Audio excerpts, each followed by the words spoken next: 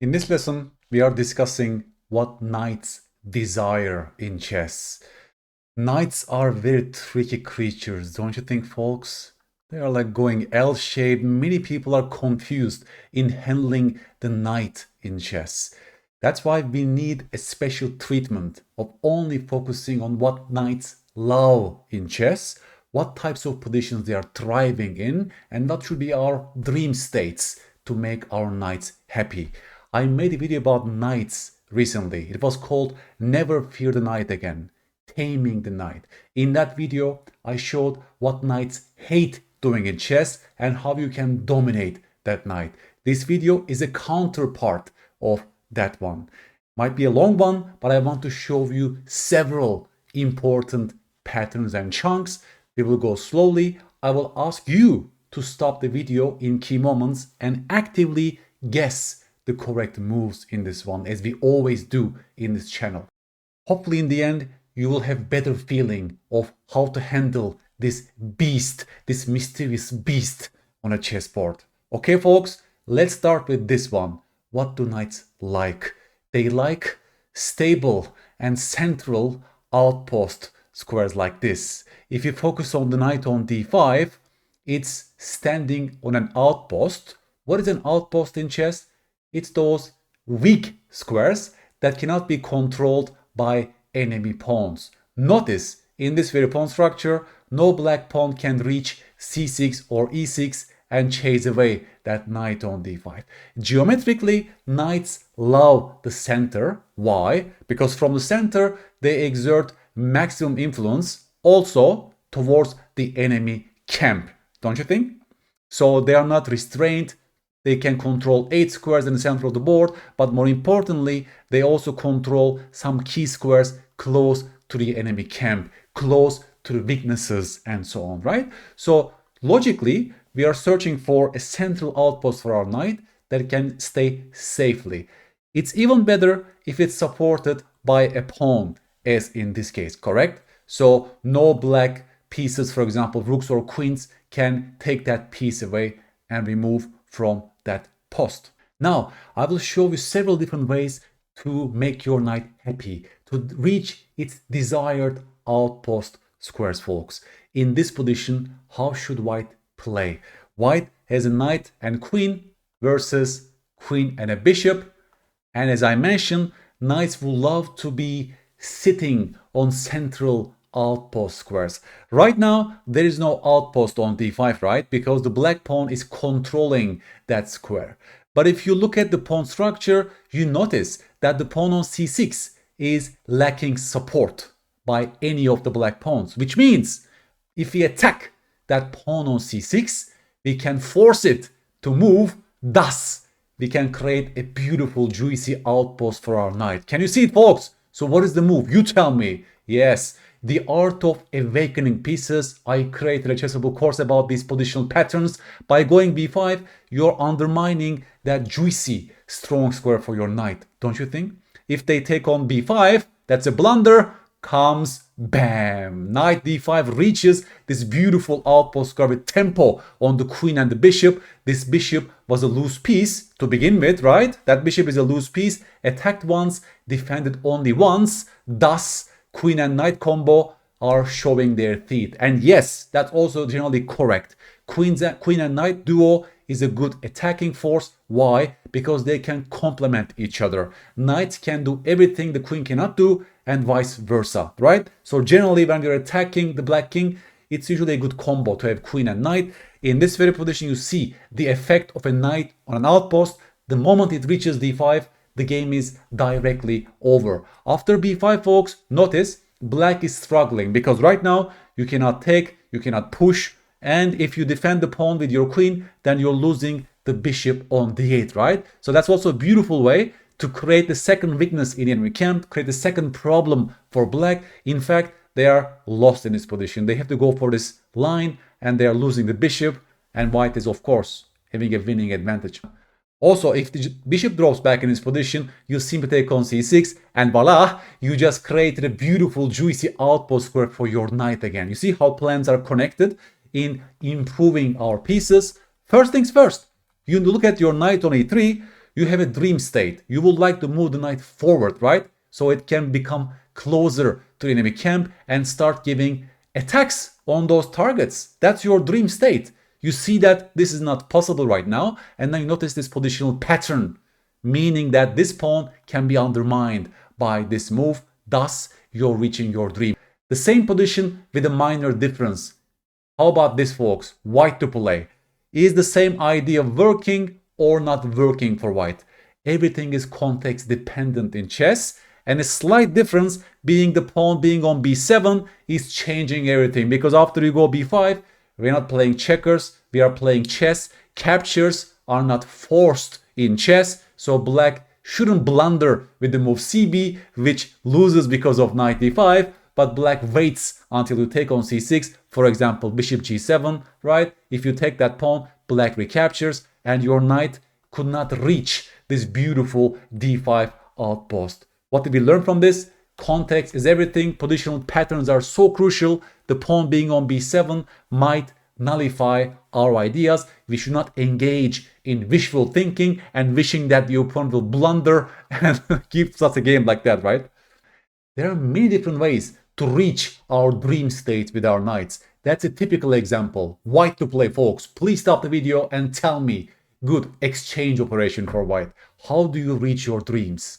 Yes, folks, you look at this alignment on this diagonal, you want to establish a beautiful knight on d5 versus a bad bishop. Thus, Smyslov chooses bishop d5. The art of exchanging pieces. Now those bishops must be traded off, and as a result, white is getting the desired state. Beautiful knight on d5 versus a bad bishop on g7, and this is the mini plan established. You don't need to calculate 10 moves from here, right? You do it purely from positional judgment. You want to establish a beautiful knight on d5 in this position, and this exchange is giving you that, right? That's a function of this terrain, because once you know those typical chunks and patterns, you can reverse engineer your way to reach your desired and dream states. Sometimes we cannot achieve our dreams by altering the pawn structure or the correct exchange. In those moments, we have to simply move our knight to its desired states, dream squares. White to play, folks. Give me the plan. Tell me a beautiful idea for white in this position. How do you improve your position? First things first. When you look at a knight like this, folks, you should see the knight is crying from this square. Look at this. On b3, it's completely restrained by black's pawn chain, correct? The knight has nothing to do on this b3 square. That's step number one of playing good positional chess. To be able to judge whether a piece is happy or sad on that square. Because if the knight is very sad on b3, and Ulf Andersson said once he never seen any good knight on b3 or b6 squares, he's sort of right actually, then you also start seeing the dream state, right? That's how you form a plan. What is the dream destination for this knight on b3? And yes, for that you look at the pawn structure and you see the weaknesses. There's a weak square on d5 as mentioned, correct? This is a potential dream destination for your knight because no black pawn can control that square. So then the question becomes, how do you move your knight from b3 to d5? Right? Let's reverse engineer. We start from the end state, we go to e3. How do we reach e3 from c2? How do we reach c2 from a1? Can you see it, folks? Can you see the beautiful route for this knight? And yes, the grandmaster played knight a1. His basic point was this: to place his knight on this beautiful d5 square. Once it reaches d5, it will fix white's pawn structure if black ever takes. More on that later on in this video, how we can use our knights to fix our double pawns and bad pawn structures. Obviously, generally for those long-term plans to work out, the position should be stable enough, right? Like we should not give any direct counterplay to the opponent, which means that we have some time in the position to maneuver our knight. Knights are short-range pieces, so they generally prefer closed structures where they can gradually maneuver, right? Without being directly hit by the enemy pieces and so on. More on that later on actually. There are some exceptions to that actually. So not every close position favors knights. They can be dominated by intact pawn chains. More on that later on in this video. Now, let's talk about some attacking chess, don't you think? Knights love to attack broken structures. they are quite vicious and powerful when they find those beautiful squares around the enemy king. They can be great attacking factor. Okay, white to play. How would you play this position with white? Can you see a promising plan? Folks, you're a great player if you notice this f5 outpost, don't you think? This f5 is a dream destination for our knight. Why? Because no black pawn can control that square. From this position, you should see it directly, by the way. Yeah, that's how you become a strong player. To notice these weaknesses very, very quickly in any given position. Knight f3 is a bad piece. The knight does nothing from the square. Also is blocking your queen, access to the king side. We see that the g file has already been opened up. The black king is not safe. And you see f5 outpost. So what is the move? Of course, you go knight h4 and the next move is knight f5. You must know this, right? Garry Kasparov's knight f5s, the knight on f5 is worth a pawn in itself. It's sort of true because the knight is an excellent piece if it stands nicely, unchallenged on a square like f5 or f4, as in this example. This move also opens the pathway for the rook, right? Not only for the queen, but also for the rook. Look at the multi-purposeness of this move. Helps my rook, helps my queen, and my knight is reaching f5. Notice again, we see a bad bishop that cannot challenge the knight on f5, don't you think? And the attack is raging. Knight f5 is on the board. The next move is rook h3. And as you can see, right, white's pieces are slowly coming. How about this rook? Let's move this rook as well. Join the party. Rook h4 followed by rook h3. And you see, the game is already over. White's attack is reaching outstanding proportions. Partly because of the knight on f5, notice that, stopping moves like rook g7, which would guard the weakness on h7, right? Just notice the effect of the knight on f5 in black's position. Complete domination for the white pieces, and the knight supports our attack on the king side. Going back to this position, please observe the initial position and see how this beautiful rect pawn structure was helping the knight. That's an important concept, folks. Knights love local phenomena. For example, a weak square on f5 is a local phenomenon, and knights love that as being short-range pieces. They love such weaknesses, weak squares, broken pawn structures that they can slowly maneuver into, right? In the absence of knights, such local phenomena like a weak square doesn't mean too much. I will show you exactly what I mean by this position. It's the same position with a major difference, right? The knight and the bishop has left the board. It's almost the same position. What has changed? Can you then discuss about the significance of the f5 outpost for white, right? You see instantly, without the knight, without the presence of the knight, this is not such a relevant aspect of this position, right? First of all, black can even get rid of the weakness by playing f5, but even here, right? Which piece are you going to place on f5 in this position? Is it the rook? No, the rook will be terrible on the square. What is he doing, right? So again, maybe a bishop will be nice. I agree. Maybe bishop h3 to bishop f5 would still be a good square for that piece. But you see, already from this position, we understand one thing. The significance of broken structures, outposts, weak squares are more important in the presence of the knights. When the knights leave the board, folks, this phenomena is not important so much. In this position, white is only up one pawn, by the way. Only +1 for white, this position. The previous position was already a winning advantage for white because of that beautiful knight in the position. Let's look at the same phenomena, this time on the queen side. It's a game of Emanuel Latker, white to play. What should white play, folks? Please stop the video and tell me a good plan. Looking at the entire pawn structure, please. Folks, again, you look at your knight on c3, doesn't do much from this square, don't you think? It's dominated by the pawn chain on c6 and d5. But once you look closer, you notice that black has a broken pawn structure, which favors knights. This pawn structure, meaning they are double pawns, it means that we have this beautiful c5 weak square for our knight. Can you notice this, folks? The square c5 cannot be controlled by any black pawns. Thus, that's a potential dream for our knight from this very pawn structure. Once you combine these two things, you tell me the plan. Which move do you think Lasker played in this position, folks? You're a great player if you found the move knight a4. It looks like the knight is going to the rim, and we know that knights on the rim are dim. What is he doing? Well, he has a very clear plan in mind. After the queen moves, you tell me the next move.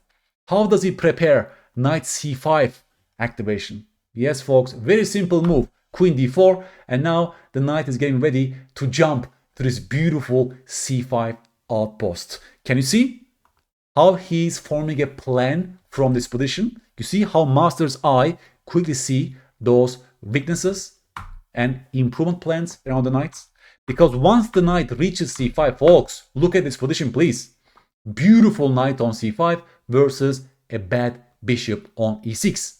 Again, we see a good knight versus bad bishop scenario. White also has a protected pass pawn on e5, right? Other advantages. If you combine these two factors, white is already much better in this position, folks. That's it. Lasker won this game from this position, but notice how he's forming a plan. Very close to knight f5, right? It's like symmetrical. The first position was about knight f5, the last one. Now it's about knight c5 plans. It's totally about noticing those weaknesses. Again, broken structures are favoring our knights this way. I will show you a couple of Garry Kasparov examples when it comes to knights. This example is a chess classic, Kasparov versus Shirov. See how Garry Kasparov already established a knight on d5 on an outpost. No black pawn can control that square, but there is one piece that is challenging that knight from b7. And Kasparov is going for crazy looking exchange sacrifice idea. He removes that knight, follows it up with the move b4. b4 dominates and shuts down that knight on b7, folks. I mentioned this in my last video on taming the knight. Fianchetto knights are usually terrible in chess. Notice, knight on the rim to begin with, very short of squares, right? And now after b4, the knight has 0 squares to go to. That's a terrible piece with no potential to come back into the game. What do we learn from this example? It's very important which exact square the knight is standing. You just cannot say, hey, the knight is on the queen side, it will be a good piece. No, knights are very specific pieces. One little square difference can change the entire picture. Notice, on b7, the knight stays on the queen side, but it's a terrible piece, has no potential whatsoever to come into the game. If this knight will be on c7, for example, it will still be on the queen side, but it will be a much better piece because it's challenging White's amazing knight on d5. This is a very important observation as well, folks. You have to be very particular of which exact square you're placing your knight in chess.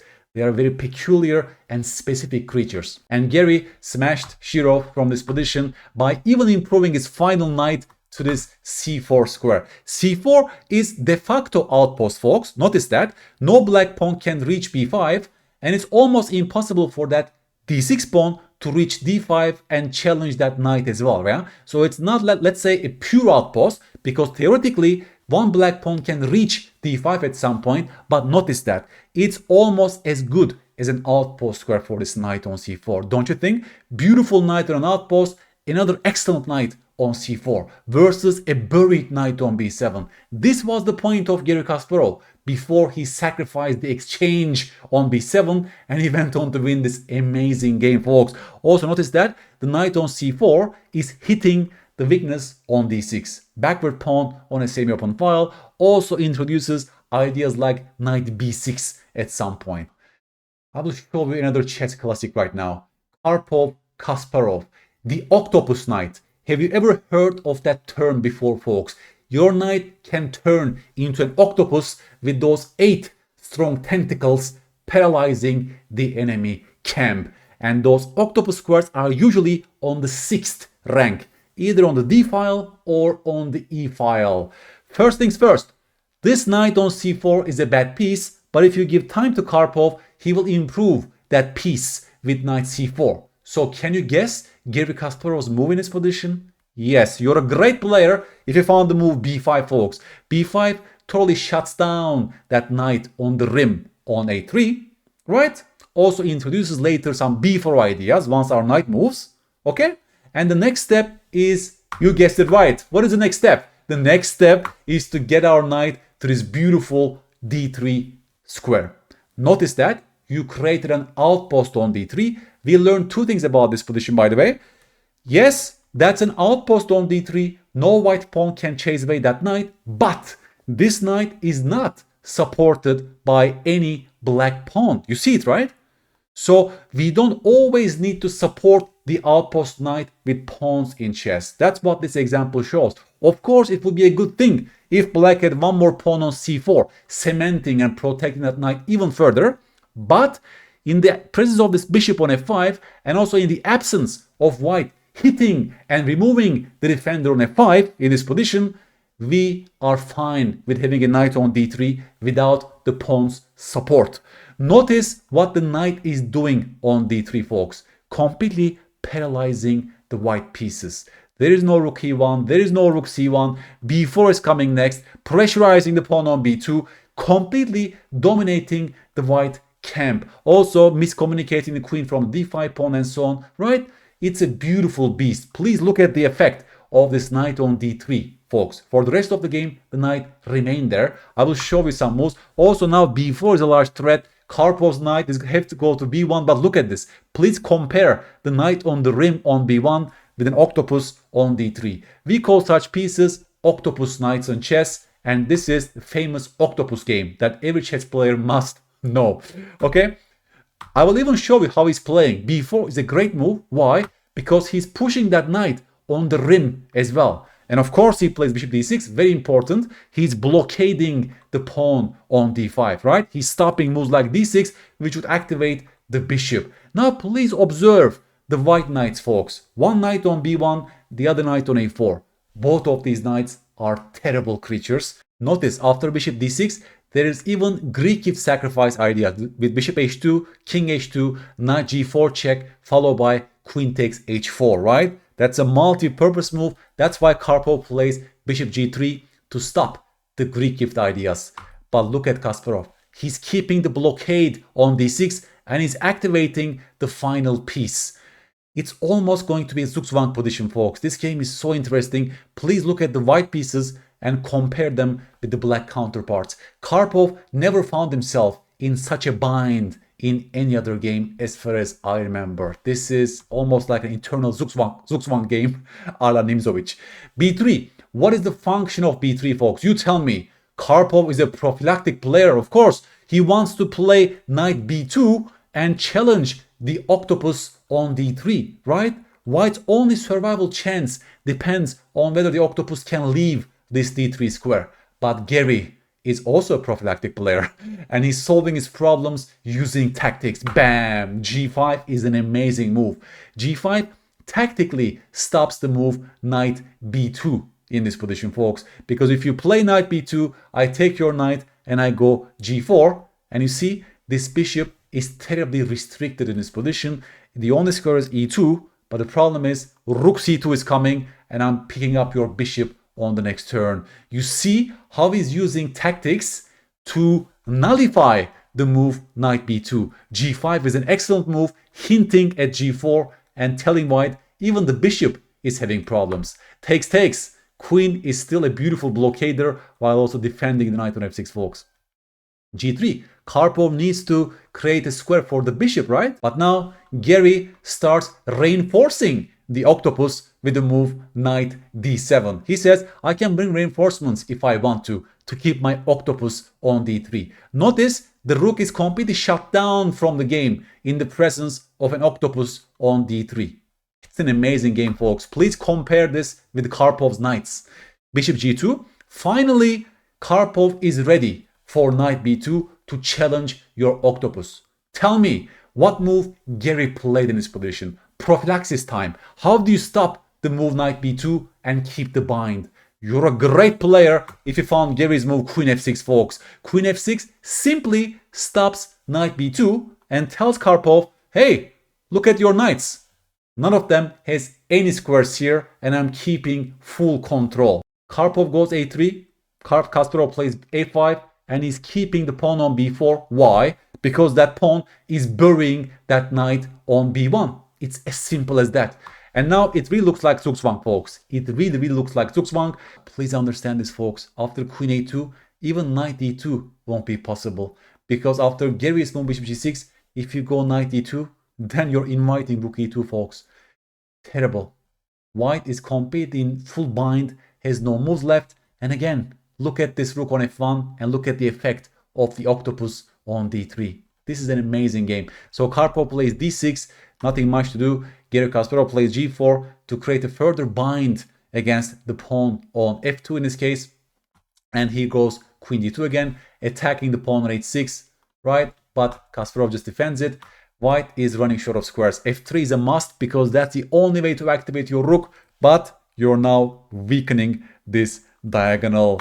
Now you take the pawn. After f takes G4, Gary's queen comes in with check, followed it up with Knight F6. Even the knight is now joining the attack from E4 or G4, folks. Never forget this. These two knights are completely shut down from the game. That's why black is winning here. Black is playing with two extra pieces, literally with two extra pieces. Plus, this knight is probably a rook and not a single knight.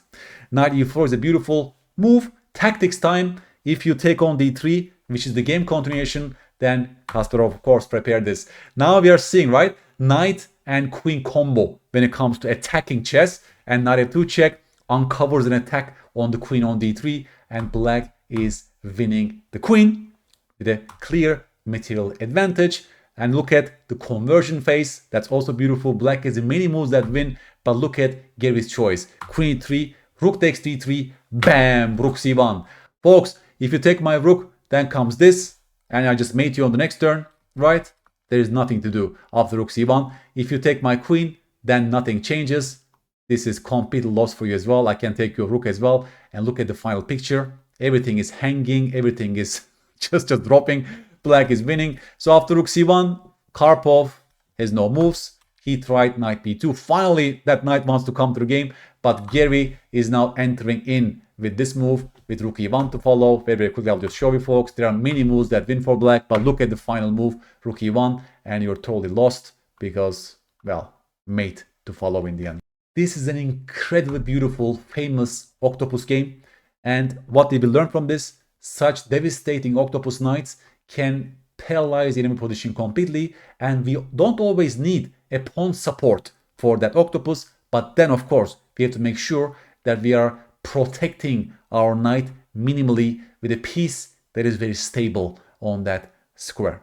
Folks, knights are the best blockaders of the passed pawns in chess. Why? As in this case, you see a knight on d6. That's an excellent blockading piece. Why are the knights best blockaders in chess? We always need to connect it to the why question. You tell me, can you please explain yourself why they are the best blockading pieces? First of all, they can do everything they naturally do without being hampered by the enemy pawn, right? The knight is still excellently attacking e4, supporting b5, b4 ideas, right? Because of the geometry of the knight. The knight can do everything it normally does without being hampered by the pawn that is in front of that knight. Second, the knight cannot be attacked like vertically because the pawn is shielding an attack on that knight, right? You can easily imagine if there's a rook on d1, for example, the knight will be chased away. Not so much with a pawn on d5, right?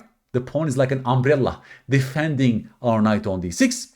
And finally, why are they the best blockaders? Because if you think about the other pieces, for example, queens. Queens are the worst blockaders. Why? Because any other piece can attack the queen and force her to move. But the knights are quite stable, can be easily guarded by the bishops or rooks, sometimes even by pawns. So removing the blockade may not work that easily as it works with the queens. Imagine there was a bishop on d6 instead of a knight. This bishop will be a terrible creature, right? Terrible creature, hemmed in by its own pawns here. But notice, the knight is excellent because the knight is still fighting for those light squares while those pawns are taking care of those dark squares, right? We see harmony again in the black's camp because of this beautiful knight on d6.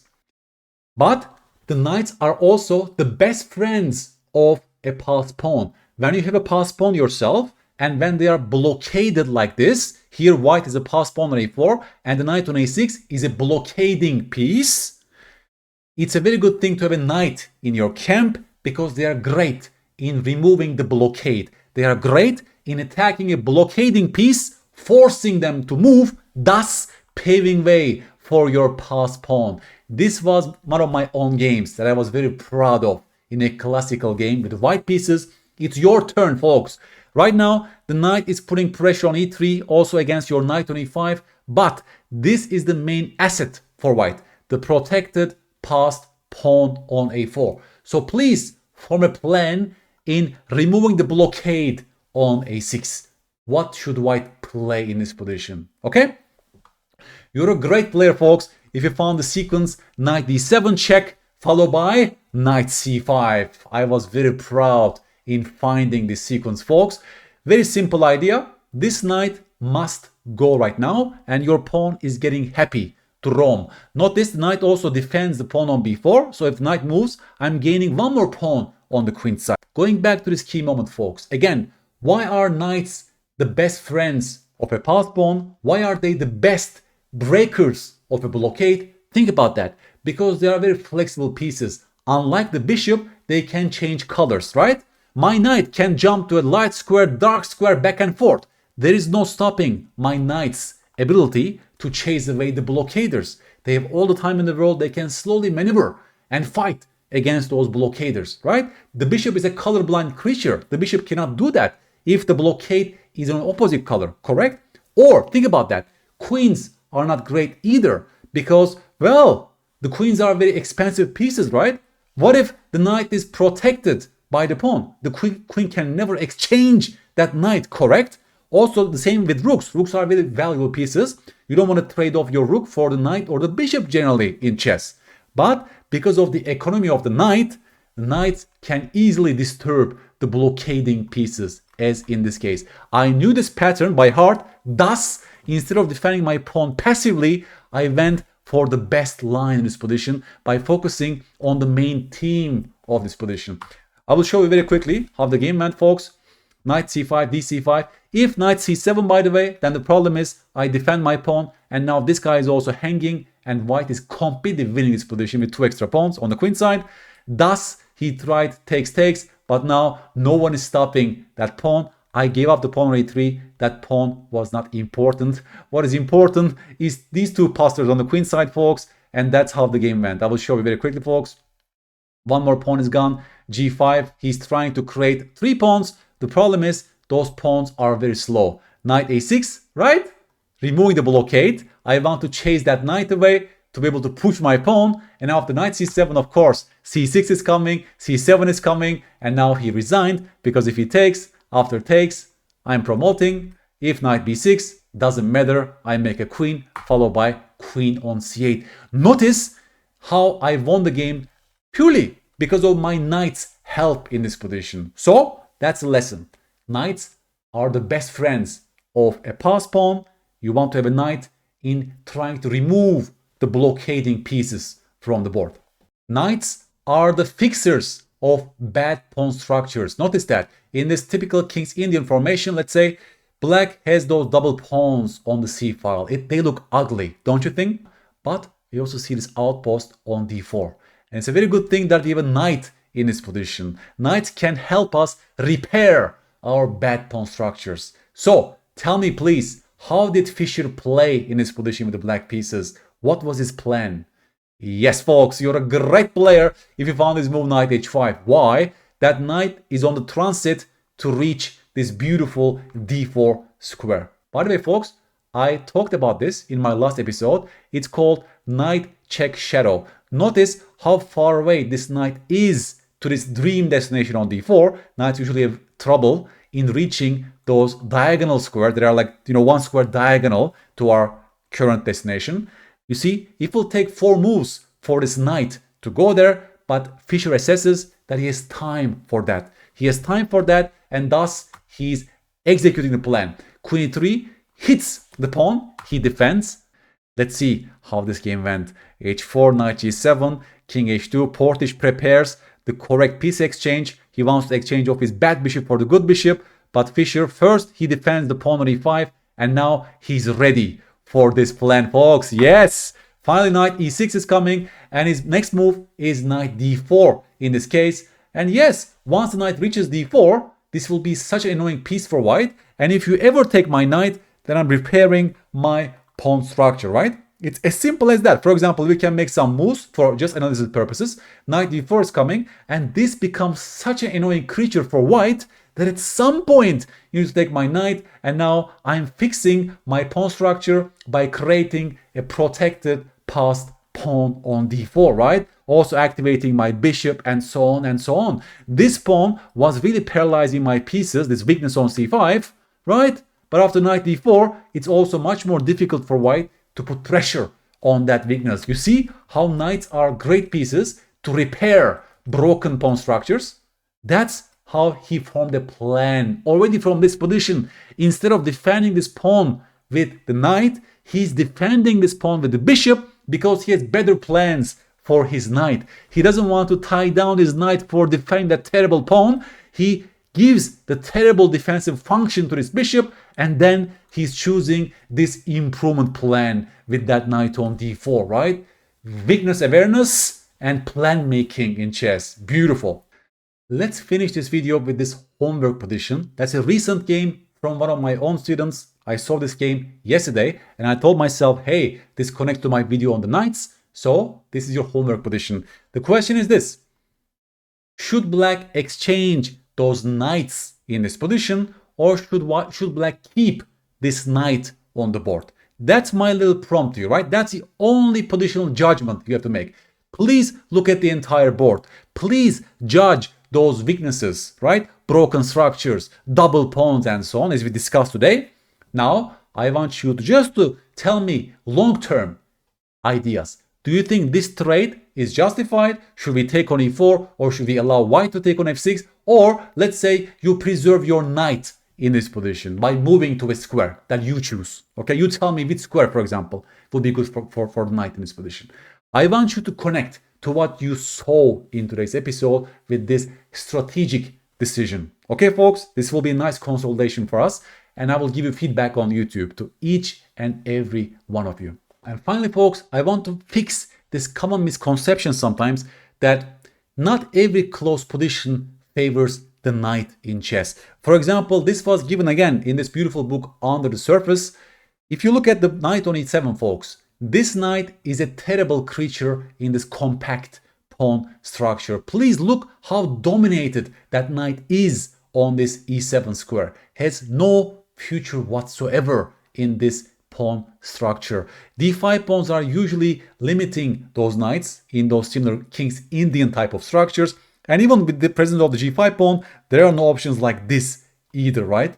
Please notice that. If you ever take my pawn, of course I recapture my pawn, and that knight is still suffering on e7. So don't blindly generalize that rule. Not every single close pawn structure favors the knights in chess. We see the space limitation, right? Really putting pressure on this knight on e7. And as I mentioned in today's episode, knights are very specific and particular creatures.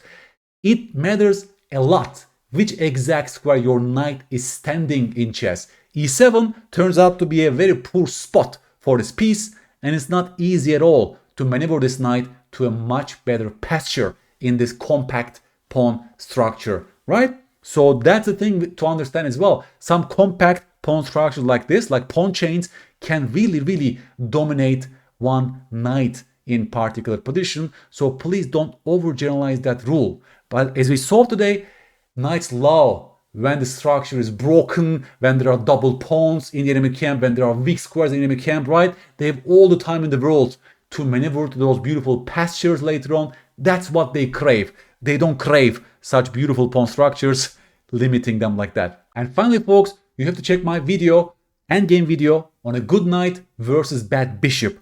In that, I talk specifically about good knight versus bad bishop scenarios and how the knight can outshine the bishop in the endgame, right? I will post a link on this one. You should check that one. You should also check my video on Never Fear the Knight Again, how to tame and dominate that knight. For further information, my course is on Chessable, the art of exchanging pieces and the art of burying pieces, even the art of awakening pieces. contains so many important and recurrent chunks and patterns when it comes to knight play, when it comes to making our knights happy and dominating the enemy knights. Okay, folks, I'm expecting your feedback on this video. Sorry that it took such a long time, but I really appreciate your attention. You came all the way to this moment. I love you guys. We are getting better over time by engaging deeply in those beautiful chess concepts, and never hesitate asking me anything on YouTube. I'm here to help you get better in this beautiful, beautiful game. Thank you so much.